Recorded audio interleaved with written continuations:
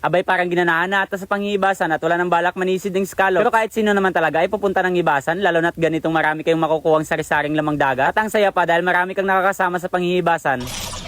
So what's up mga Lodi, at ngayong araw nga ay dito na ng ating panghihibasan. Dahil hanggang ngayon ay hindi pa rin maganda ang takbo ng panahon, kaya sulitin na muna natin ditong mag-vlog-vlog sa hibasan. At isa pa kasi may mga nagsasabi din sa akin na wag lang daw puro pangunguha ng scallops ang i-vlog ko. Gawan ko din daw ng video, pati yung daily na ginagawa ko dito pag ako'y nandito lang sa takas. Okay sige, request mo yan simula ngayon, kahit sa aking pagtatay ay i-vlog ko na rin. Pero ay biro lang. So at yun na nga, pwede ko din gawin yan. Yung bawat ginagawa ko sa buhay ay gawan ko ng video. Madali lang naman ang mag-video-video, kaso ang big problem is when it comes sa pag-edit at pag-voice over, ay nako, mapapakamot ka talaga sa lagay mo. Yung ang saya mong kumuha ng video, pero pagdating sa edit at lalong-lalo na sa pag-voice over, mapapasabi ka na lang talaga na amulan ng sadya karon kung ano naman siningi panghambal ko sa akong video. Pero minsan ay sinasabihan pa ako ng pinsan ko na siguro madali na lang sa iyo ang mag-voice over, no? Dahil nasanay ka na. Sabi ko yan ang pagkakala mo, pero hindi mo alam na parang maiiyak o matatawa na lang ako pag ako'y nagvo-voice over na. Yung tipong parang gusto mo na lang kumanta ng tingalingaling, tingaloy loy loy. Dahil sa wala ka ng ibang maisip na sasabihin. Hoy, kung saan sana napupunta mga pinagwawakal mo. So mabalik na tayo sa video. May pakanta-kanta ka ng nalalaman para kang timang. So at dito nga ay nakakuha na kami ng 2 alimasag. At ang target naman sana namin panguhain dito ay yung mga danggit. Aba, nana. Kasi ang sarap talaga igopin ng kanyang sabaw. Malalasahan mo talaga ang tamis na medyo malansa. Kasi mahilig talaga ako sa isdang malansa. Para kasi sa akin is yun ang may pinakamasarap na lasa. Daw aswang, kamanyay mo. At dito nga ay may nadaanan na naman kaming nangunguha ng lambayag. O yung sinasabi ko na tusok-tusok style. At halos talaga sa aming mga nadadaanan na nanghihibasan ay ganito yung mga kinukuha nila. So hello po sa inyo Manong, shoutout po sa inyo. So sila nga pala mga Lodi ay Tagaloyan. Dito lang din sa kabilang sitio namin. At may mga solid supporters ako dyan. So big shoutout po sa inyong lahat, mga Tagaloyan. At magandang gamit nilang panusok, mahaba, di masakit sa likod, sa kakayoko. Yan ang sinasabi kong magandang gamitin. At dito ay dumiretso na din kami. Hindi ko alam kung saan kami pupunta dyan. Basta palakad-lakad lang yung ginawa namin. Daw hindi man napanginas ang obra niya. Daw nag-tour man lang kamo sa ubasan. Pero hindi, ang hinahanap kasi namin dyan ay yung 2 kong pinsan na mangunguha din ng isdang ito. Yun bang may 3 tinik at masakit makatinik. Kaso ang problema ay nandun sila sa malayong parte. Doon sa islang yun, sa islang Igantuna. Yes mga Lodi, aabot hanggang dyan ang hibas. Pwede siyang puntahan pag ganitong malawak ang hibas. O ayan, nag-explain pa ang tanga. Alam niya i-voice over din ang video ito. Basta ang sinabi ko dyan sa video ay pwedeng puntahan ng 3 islang ito pag ganitong malawak ang hibas. Iba't parang nagagalit ka. At dito din ay may mga nakasabayan kami na isdang ito din ang kanilang hinuhuli. So shoutout din po sa inyo mga Lodi. At ang kagandahan dito dahil medyo madami na din ang kanilang nahuli. At yung mas maganda talaga dahil itong si Manong ay may nahuling indong. At ang laki sa tansya namin ay may higit 1 kilo. At ang mga kuha na din namin ay ayan no, kuha sa mga palabuto. E paano nasa bandang malalim kasi itong si kami ayaw magpabasa. Kundi do tayo lang ang kuha. At dito ay may nakita akong scallops. Nakakmang kunin ko na siya ay meron palang katabi na taklobo. Pero dahil sa ipinagbabawal kunin ay hanggang tingin lang tayo. O di ba ang ganda niyang tingnan. So dahil bawal yan ay ito lang yung sa atin ang scallops. At ang tawag nito dito sa amin ay scallops na lalaki. Paano mo natawag na lalaki? Wala naman yang ano. At dito nga hindi din kami tumagal kasi sinabihan ko itong sinong boyboy na mangunguha naman kami ng alimasa. O di ba ang target namin panguhain na danggit ay hindi kami nakahuli. At dito ay nadaanan din namin itong si Manong na nangunguha din ng lito. At medyo madami na din ang nakuha niya dito. At ang diskarte naman sa pangunguha nito dito sa mga down